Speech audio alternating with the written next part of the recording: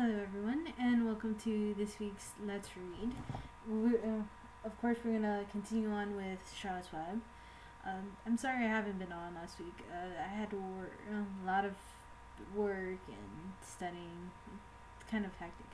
So let's get on with chapter 4 called Loneliness in Charlotte's Web. Okay, and let's begin. The next day was rainy and dark. Rain fell on the roof of the barn and dripped steadily from the eaves. Rain fell in the barnyard and ran in crooked courses down into the lane where thistles and pigweed grew. Rain spattered against Mrs. Suckerman's kitchen windows and came gushing out of the downspouts. Rain fell the backs of the sheep as they grazed in the meadow. When the sheep tired of standing in the rain, they walked slowly up the lane and into the fold.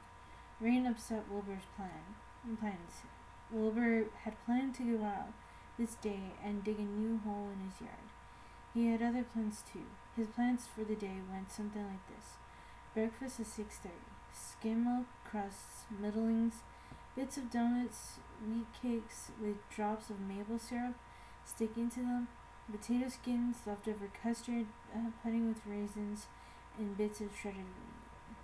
Breakfast would be finished at 7. From 7 to 8, Wilbur planned to have a talk with Templeton, the rat that lived under his trowel. Talking with Templeton was not the most interesting occupation in the world, but it was better than nothing. From 8 to 9, Wilbur planned to take a nap outdoors in the sun. From 9 to 11, he planned to dig a hole or a trench, possibly finding something good to eat buried in the dirt. From 11 to 12, he planned to stand still and watch the flies on the boards, watch bees in the clover, watch swallows in the air. 12 o'clock, lunchtime, middlings, warm water, apple parings, meat gravy, carrot scrapings, meat scraps, stale hominy, and the wrapper of a package of a cheese. Lunch would be over at 1. From 1 to 2, Wilbur planned to sleep. From 2 to 3, he planned to scratch itchy places by rubbing against the fence. From 3 to 4, he planned to stand perfectly still and think of what it was like to be alive, to wait for Fern.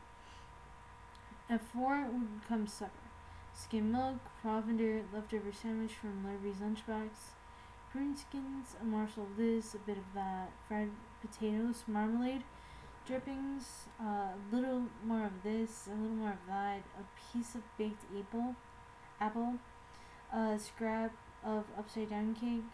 Wilbur had gone to sleep thinking about these plans. He woke at 6 and saw the rain, and it seemed as though he couldn't bear it. I get everything all beautifully planned out, and it has to go in, he said.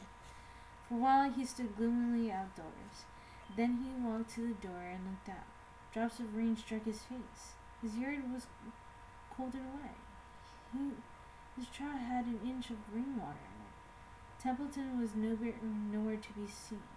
"Are you out there, Templeton?" called Wilbur. There was no answer. Suddenly Wilbur felt lonely and friendless.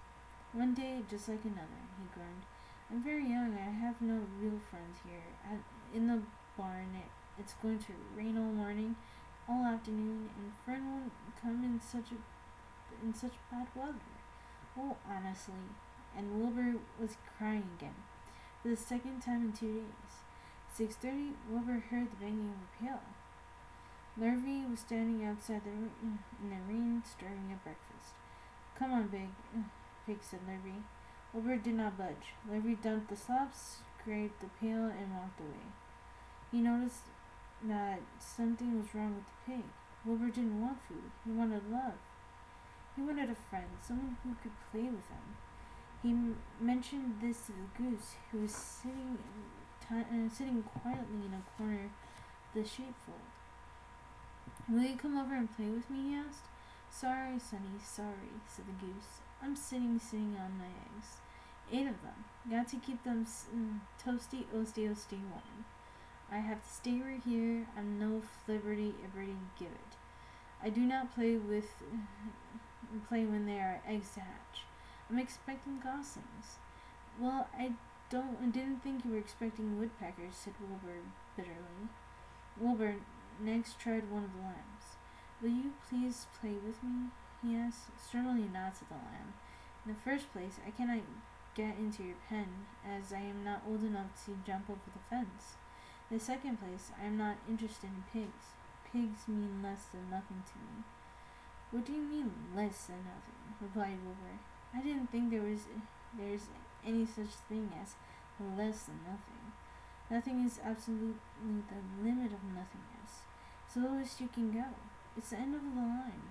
How can something be less than nothing? If there were something that was less than nothing, then nothing would not be nothing. It would be something, even though it's just a little bit of something. But if nothing is nothing, then has nothing that is less than it is." "Oh, be quiet," said the lamb. "Go play by yourself. I don't play with pigs." Sadly, Wilbur lay down and listened to the rain.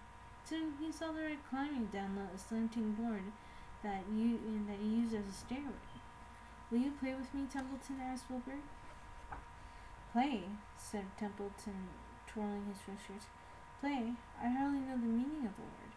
"Well," said Wilbur, "it means to have fun, to frolic, to run and skip and make merry." "I never do those things if I can avoid them," replied the rat sourly. "I prefer to spend my time eating, gnawing, spying, and hiding. I'm a glutton, but not a merrymaker. Right now, I'm on my way to your trough to eat your breakfast, since you haven't got the sense to eat it yourself." And Templeton, the rat, crept stealthily along the wall, disappeared into a private tunnel that he had dug between the door and the trough in Wilbur's yard. Templeton was a crafty rat, and he had things pretty much his own way. The tunnel was an example of his skill and cunning. The tunnel enabled him to get from the barn to his hiding place under the pig trough without coming out into the open. He had tunnels and runways all over Mr. Zuckerman's farm, and he could get from one place to another without being seen. Usually he slept during the daytime and was abroad only after dark. Wilbur watched him disappear into his tunnel. In a moment he saw the rat's sharp nose poke out from underneath the wooden trough.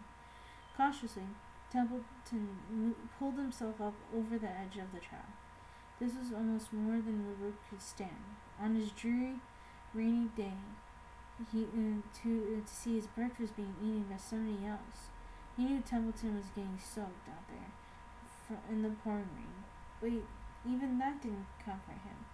Friendless, dejected, and hungry, he threw himself down in the manure and sobbed. Late that afternoon, Murphy went to Mr. Zuckerman. "I think there's something wrong with the pig of yours. He hasn't touched his food. Give him 2 spoonfuls of sulphur and a little molasses," said Mr. Zuckerman.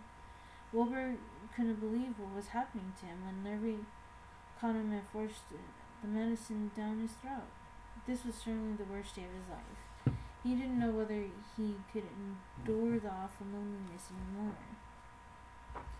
Darkness settled over everything. Soon there were only shadows and the noises of the sheep chewing their cuds, and occasionally the rattle of a cow train up overhead.